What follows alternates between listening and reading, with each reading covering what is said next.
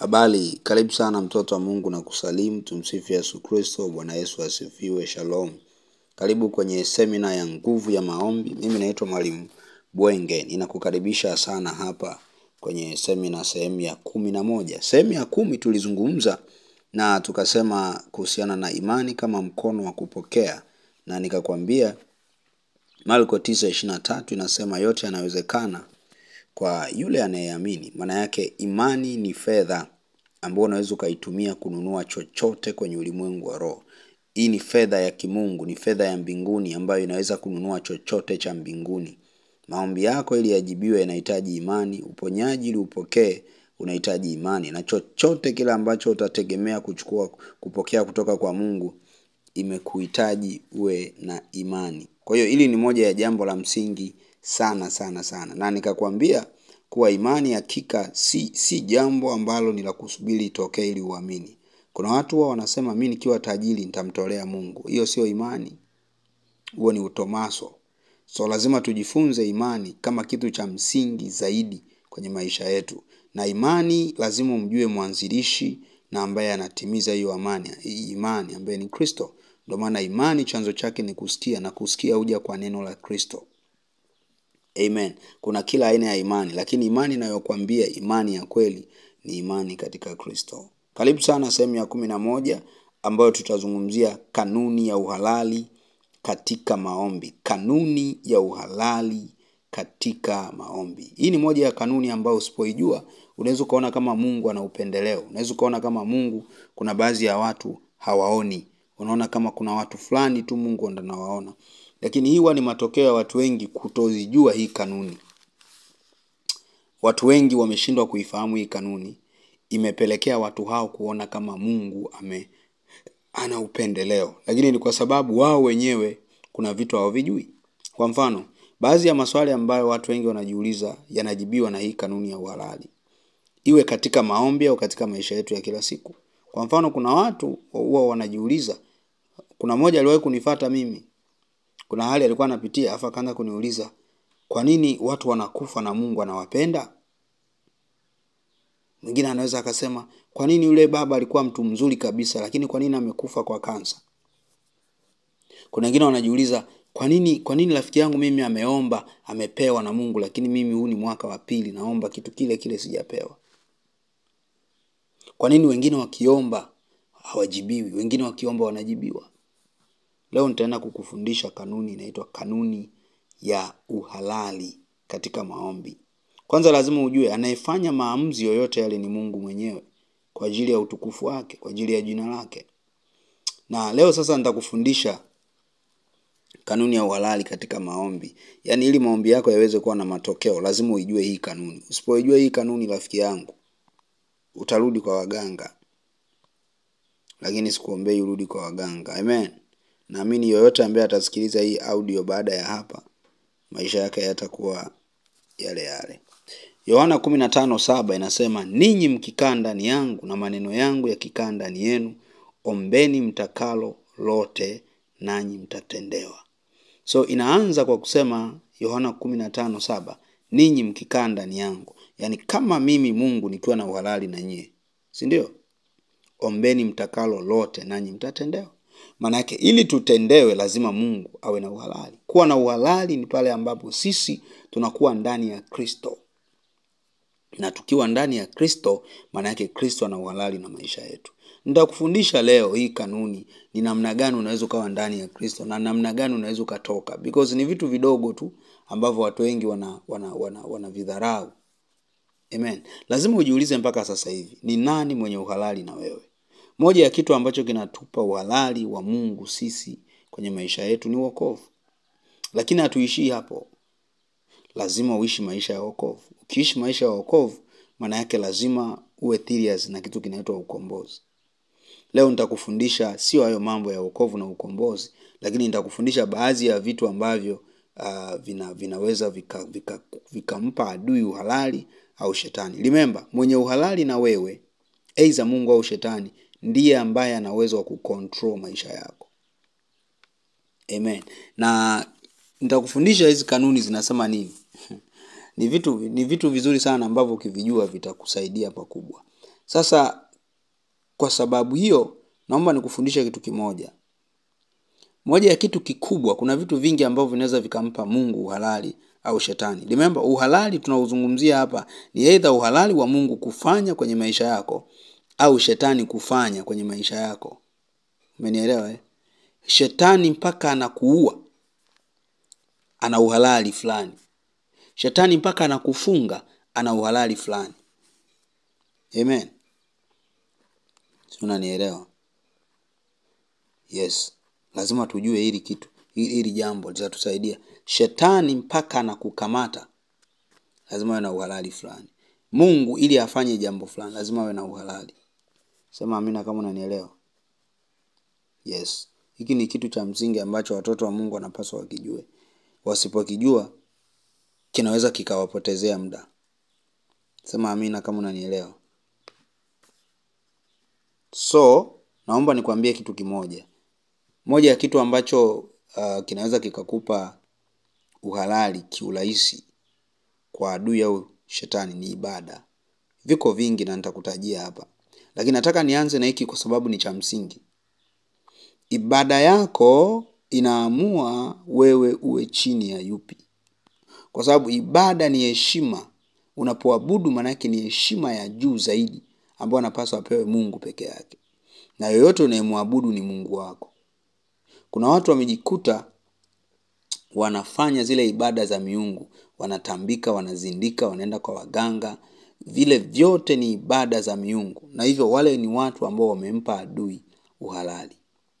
Lakini remember, tunaposema ibada ni neno kubwa. Maneno yako ni alama ya ibada. Unasema nini? Hicho ndicho ambacho unakisema kitatoa picha ya nini unachoabudu. Matendo yako yataonyesha unamwabudu nani. Ukiwa na matendo ya giza maana yake wewe tayari shetani na uhalali na wewe. Ukiwa na matendo ya nuru maana yake Mungu kuna namna ana uhalali na wewe. Sasa kuna zaidi ya hivi vitu, lakini pia unayempa muda, huyo ndo Mungu wako. Huyo ndo unayemwabudu. Kuna watu yuko tayari kuacha kwenda kanisani ili akaangalie mpira. Maana yake yule mtu Mungu wake ni mpira. Sema amina kama unanielewa. Yes, unachokipa priority ndo Mungu wako. Watu hawajawahi kukosa muda. Kinachokosa ni kwamba ukiona mtu akupi muda maana yake priority yake sio wewe, ana priority nyingine. Ana kitu kingine ambacho anakithamini zaidi. Amen. Kwa sababu muda upo. Tatizo ni kwamba hicho kitu je kina kipaumbele kwa huyo mtu? Hallelujah. Ukisema mtu niko busy maana yake yuko busy, kuna kitu cha muhimu zaidi anakifanya. Pengine kazi. Pengine anapenda kucheza, kubeti, pengine nini. Ana vitu vyake ambavyo amevipa kipaumbele. Sasa hii kanuni inasema vitu vifuatavyo. Cha kwanza, Mungu hawezi kufanya kama hana uhalali. Kipengele cha kwanza cha hii kanuni ya uhalali. Mungu hawezi kufanya kama hana uhalali kwenye maisha yako. Ukisha mnyima Mungu uhalali hawezi kufanya. Hii ni kanuni kwenye ulimwengu wa roho. Naomba tuelewane. Unajua kuna watu wanafikiri kwa sababu Mungu ana nguvu basi anafanya tu kila kitu. Hivi ukisikia Mungu anasema ni Mungu mwenye haki, unajua maana yake ni? Maana yake hivi, unaweza kuwa mwanae lakini kama umefanya ujinga na kuadhibu. Umeelewa? Ni kweli ana nguvu. Si ndio? Ana nguvu ya hata yule ambaye amefanya hivi akafanya manipulation yoyote. Lakini yeye ni Mungu mwenye haki. Shida tunataka tumfikirie Mungu kwa akili zetu. Na hapo shida ndio inaanziaga hapo. Ungekuwa wewe ndo baba wa yule mtoto na mtoto kaiba. Kulikuwa na uwezo wa kumtetea yule mtoto na ukamtengenezea hata kesi yule ambaye ameibiwa kwa sababu aliyeiba ni mwanao. Lakini sio Mungu. Mungu ni mwenye haki. Na shetani anajua hicho. Kwa hiyo huwa anatumia kama advantage. Ndio maana shetani siku zote anapambana kukushtaki wewe. Kwa sababu anajua Mungu ni mwenye haki. Akikushtaki kwenye ukweli, Mungu hawezi kupindisha. Hallelujah. Lazima ujue Mungu hawezi kufanya kama hana uhalali kwenye maisha yako. Na tutasoma ni vitu gani ambavyo vinampa Mungu uhalali au shetani. Namba 2, shetani hawezi kufanya kama hana uhalali kwenye maisha yako. Maana yake ni nini? lazima Mungu umfungulie mlango ili afanye. Shetani lazima umfungulie mlango ili afanye. Mungu atafanya kama ana uhalali na wewe, na hatafanya kama hana uhalali na wewe. Shetani atachezea maisha yako kama ana uhalali na wewe, lakini pia hataweza kuchezea kama hana uhalali na wewe. Hivi mnadhani ingekuwa hii kitu haifanyi, shetani singekuwa anajiamlia tu, anakukuta barabarani anakuzoa? Unadhani kwa nini hawezi kufanya? Hawezi kwenda kinyume na kanuni. Kanuni ni mkono wa Mungu. Ukichezea inakubwaga. Kwa ndo maana unakuta hana njia. Na shetani akishakosa mlango wa kufanya chochote kwenye maisha yako, hawezi kufanya chochote. Anachofanyaga sasa, nitakufundisha, huwa anacheza na moyo wa mtu. Anakuletea watu, anakuudhi, wanafanya hivi, anazuia, anakuletea watu ili apate mlango, kwa sababu akisema aguse vitu vyako hawezi, mpaka aruhusiwe na Mungu. Umesoma kitabu cha Ayubu? Shetani alitaka amharibu. Akasema, unajua Ayubu anakucha na tatizo ni kwamba umemzungushia ukigo kila upande. Maana yake shetani alijaribu kumharibu Ayubu, kugusa watoto wake, kugusa vitu vyake, wanyama, mifugo, mke wake. Alishindwa. Alipoona ameshindwa, akaenda kuomba ruhusa kwa Mungu. Maana yake ni nini? Shetani hawezi akafanya asipokuwa na uhalali.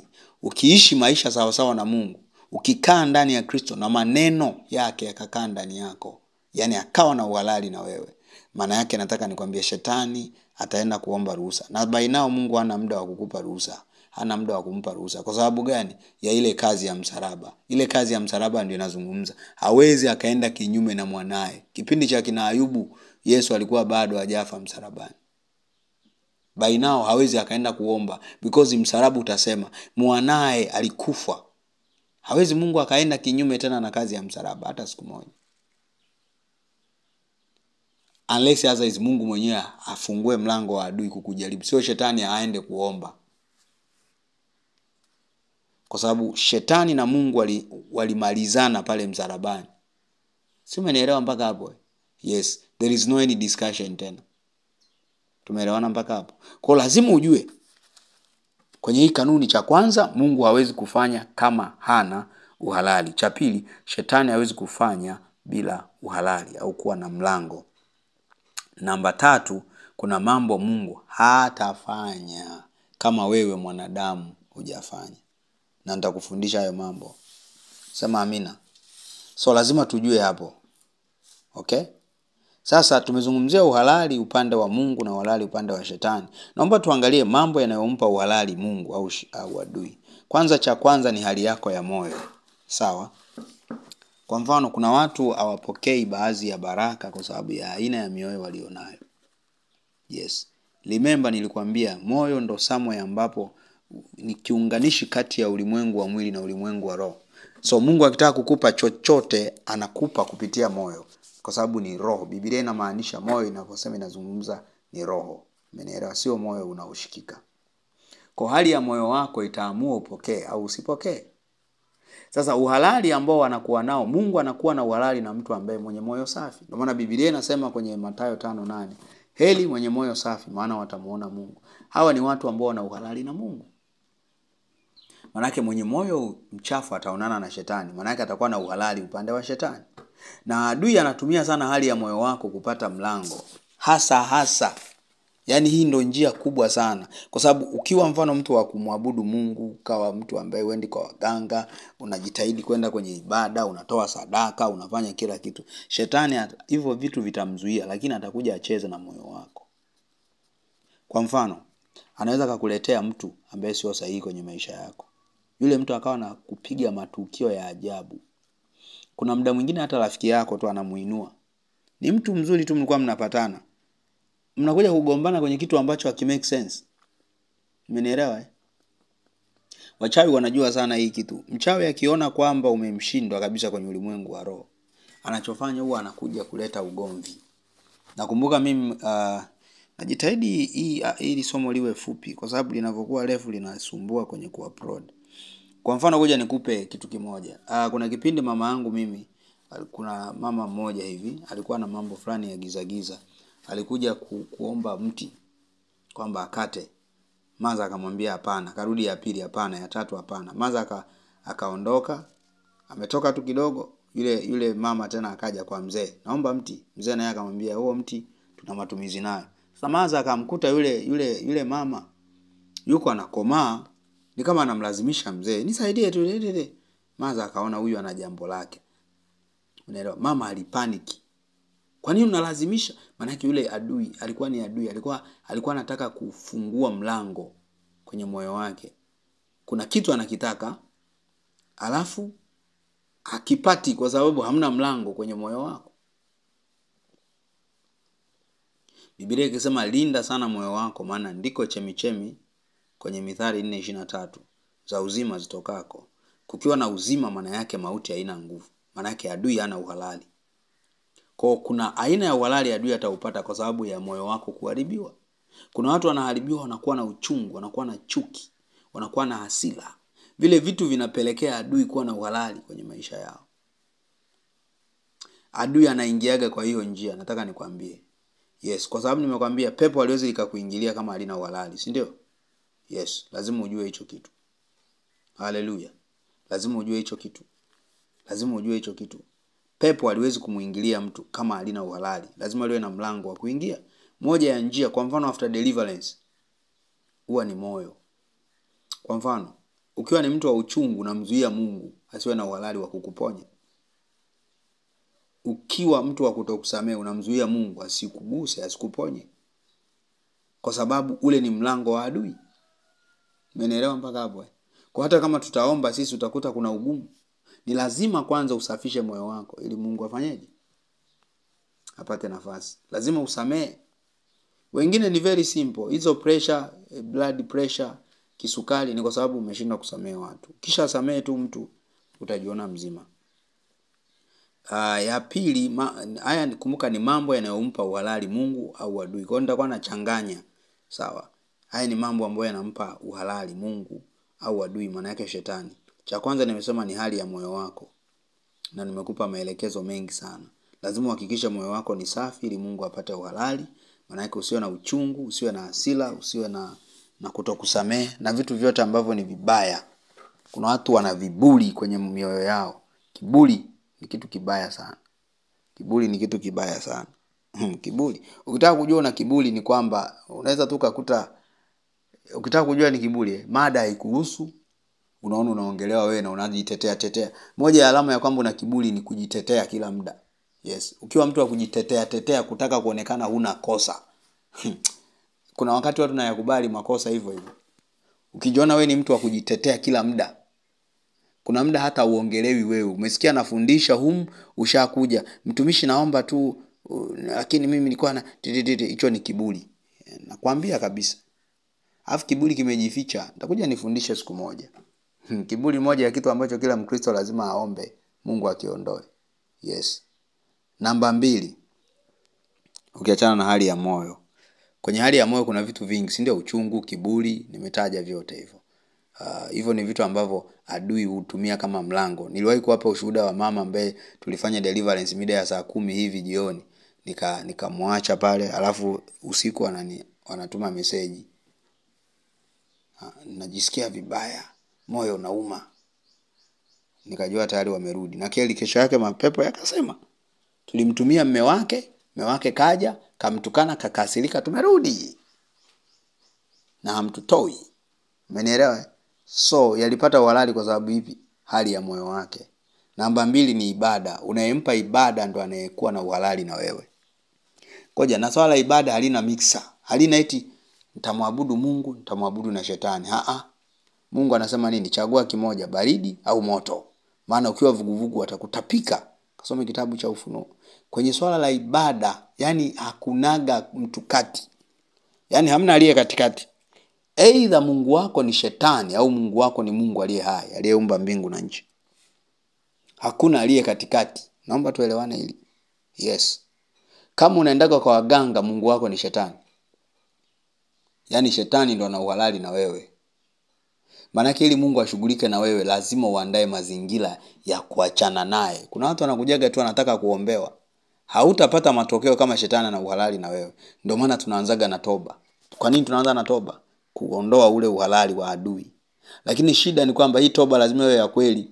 Kama moyo wako bado upo kwa shetani, unawaza niombewe nirudi tena kwa mganga, hautaona matokeo. Na shida anayeangalia moyo wako ni Mungu. Na Mungu akasema yeye ni Mungu anayechunguza viuno na mioyo ya watu. Sasa wewe kama unafikiri ni yule mtumishi unayemdanganya, unakuwa unapoteza muda. Kwa ibada ni nini? Ibada ni heshima ya juu zaidi, ambao anastahili Mungu peke yake. Ukimpa shetani tayari wewe umefanya kosa, dhambi kubwa sana. Umenielewa? Yes. Na kwenye ibada nimeshakuelezea hapo juu, kwa hiyo sitazungumza sana. Mfano, ukienda kwa mganga, ile ni ibada ya miungu tayari, kwa sababu ambaye anafanya kazi nyuma ya ile madhabahu ya mganga ni miungu au mizimu. Maana umeshayapa ibada. Kumpa ibada ni kumtegemea. Kusema naomba unisaidie, nimeshindwa, naomba unisaidie hapa.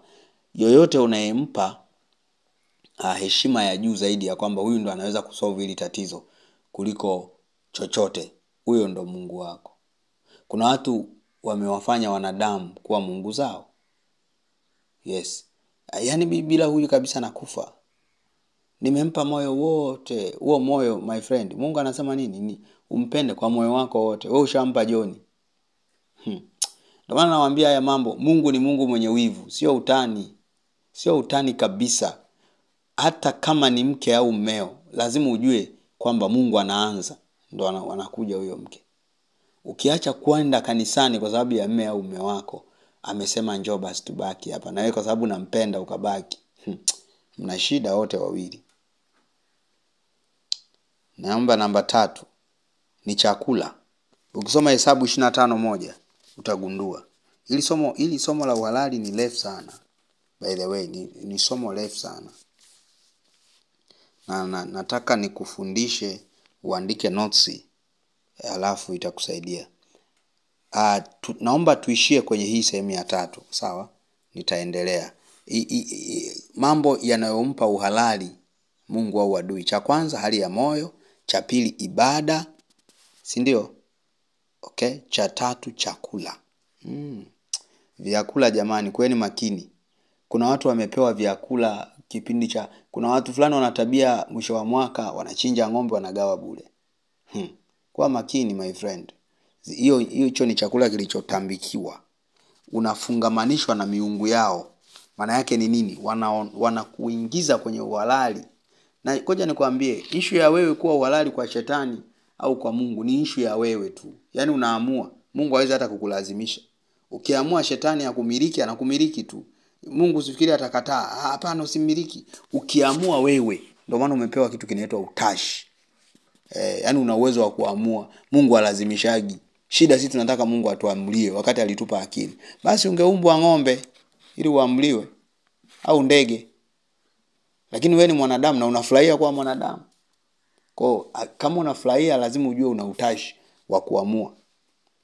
Ukisoma Hesabu 25:1, basi Israeli, Hesabu 25:1, basi Israeli akakaa Shitimu, kisha watu wakaanza kuzini pamoja na wanawake wa Moabu, kwa kuwa waliwaalika hao watu waende sadakani. Sadaka walizochinjia miungu yao. Watu wakala chakula wakaisujudu hiyo miungu yao. Sio kwamba walisujudu nafikiri waliabudu kwa no. Yaani walivyokula tu chakula ilikuwa ni alama ya ibada. Ndio maana nimeweka hapo zipo karibu. Maana yake nini? Basi Israeli akakaa Shitimu, kisha watu wakaanza kuzini pamoja na wanawake wa Moabu, kwa kuwa waliwaalika hao watu waende sadakani. Kuna aina ya vyakula tu kila kuna roho inakuingia. Hao Israeli waliingiliwa na roho ya kuzini. You never know, wale watu kwanza wanakufungamanisha kwa sababu ni ibada. Wanakufungamanisha na miungu yao. Alafu cha pili wanapanda roho. Inaweza kawa ya uzinzi, inaweza kawa ni roho tu ya hasira, roho ya ugomvi, roho ya kushindwa kwenye uchumi, roho ya aibu, roho ya kugaili. Unakuta tu umepandwa roho, uelewi, siku hizi mbona sioni sawa, sijisikii. Maana yake kuna chakula umekula. Haleluya. Lazima tuwe makini hapa. Kuwa makini na vyakula. Ndio maana ukiota unakula vyakula kwenye ndoto usifurahie. Usiamke ukasema nimekula mwanangu, nimekula. matango ya nyama ile, sijui kuku gani, bonge la tango, kumbe unakula paja la mtu. Kabisa. I'm telling you. Kwa hiyo moja ya vitu ambavyo vitakufanya ufungamanishwe na Mungu au shetani ni chakula. Chakula chetu sisi ni nini? Ni Kristo. Chakula chetu ni nini sisi? Neno la Mungu. Chakula chetu ni nini? Maombi. Kwa sababu sisi ni roho. Sawa. Na afu kuna chakula hicho kingine ni cha mwili, hicho unachokula kawaida. Nataka nikwambie chakula kina siri kubwa sana. Ndio maana utaona kwa Esau na Yakobo, unaona Esau anapoteza haki yake ya mzaliwa wa kwanza. Haki ya mzaliwa wa kwanza maana yake ilikuwa ni lango. Maana yake ilikuwa lango la baraka. Baraka nyingi zilikuwa zinakuja kwenye mzaliwa wa kwanza. Hata Mungu alivyoanza kutaka kubariki kwenye wale watoto wa Yakobo 12, anaanzia yule wa kwanza. Cha ajabu wote walikuwa wana maluelue. Mwingine analala na kuna watu walikuwa wanalala hadi na wake za baba zao. Kwenye kitanda cha baba yake. Wale wote wakawa disqualified paka kwa Yuda. Lazima ujue kitu kimoja. Mungu akitaka kuanza kuachilia baadhi ya baraka ambazo ni kamilifu, anaangalia mzaliwa wa kwanza. Kwa hiyo unaweza kugundua chakula kilitumika kuchukua ile haki. Chakula kina nguvu kiasi hicho kuchukua haki ya mzaliwa wa kwanza. Lazima ujue kama kilifanya hivyo, lazima kuna nguvu imejificha kwenye chakula. Anguko la kwanza lilikuwa kupitia chakula. Kabisa. Lile tunda lilikuwa ni chakula. Lazima ujue kuna siri kubwa kwenye chakula. Na ngoja nikwambie, mtu unayependa chakula hiki cha kimwili sana, huwezi ukatembea na Mungu. Ni ngumu sana. Yaani wewe kuanzia Januari, mwezi mzima, miezi 6 hujafunga hata mara moja. Kuna mtu inapita, jitahidi basi hata kwa mwezi funga basi hata mara 3. Umenielewa? Au kila baada ya muda fulani weka range fulani au muombe Roho Mtakatifu. Kuna watu mnapewa msukumo wa kufunga na kataa. Yoyote anayependa vyakula, kwanza ngoja nikwambie, unajua ukipenda kula sana hapa duniani, huwezi kuwa mwepesi rohoni. Unakuwa mzito. Huwezi kuona maono, huwezi kusikia sauti ya Mungu. Kabisa nakwambia, utakuwa mzito sana. Haleluya. So chakula kina siri moja kubwa sana. Usije ukadharau. Ukiota unakula chakula kwa makini. Usikule tu kwa kila mtu. Hata unakula kila sehemu. Ukiona ugumu sehemu fulani kununua vyakula, acha kwa unaenda kununua. Kuna watu wanavinenea ndo wanauza. Wanawaita kushoto, nawaita kulia, juu na chini, waje wanunue kutoka miungu ya nyumbani kwetu, miungu ya mganga sijui nani, funika bidhaa, funika makande, unaenda kwa mama ntilie, unakula unalishwa na vitu vingine. Naona mimi baada ya Mungu, mimi unajua nilikuwa nakula tu. Yaani nilikuwa, of course sio nilikuwa napenda kula ovyo, lakini nilikuwa tu yani sichagui. Yaani leo niko hapa nanunua, kesho niko hapa nanunua. Ila baada ya hii neema, maana yake kuna mahali siwezi kununua kiukweli. Siwezi kununua kila sehemu. Na nikiona vitu fulani tunaacha kuja kwako kununua. Sisi tumeelewana mpaka hapo. So hiyo hii ni mambo yanayompa uhalali Mungu au adui. Nimesoma hadi la 3. Sawa Tuko tutaendelea kwenye sehemu inayofuata kwa sababu ya urefu wa video pia. Mungu akubariki sana mtoto wa Mungu. Mimi naitwa Frank Bwenge. Kama mafundisho yamekugusa, unahisi umebarikiwa na pengine umepata msukumo wa kutoa sadaka kwenye jambo hili, unaweza ukatoa na Mungu atakubariki sana sana. Remember, sikwambii kutoa, lakini ninachokwambia kama una msukumo wa kutoa, unaweza ukatoa.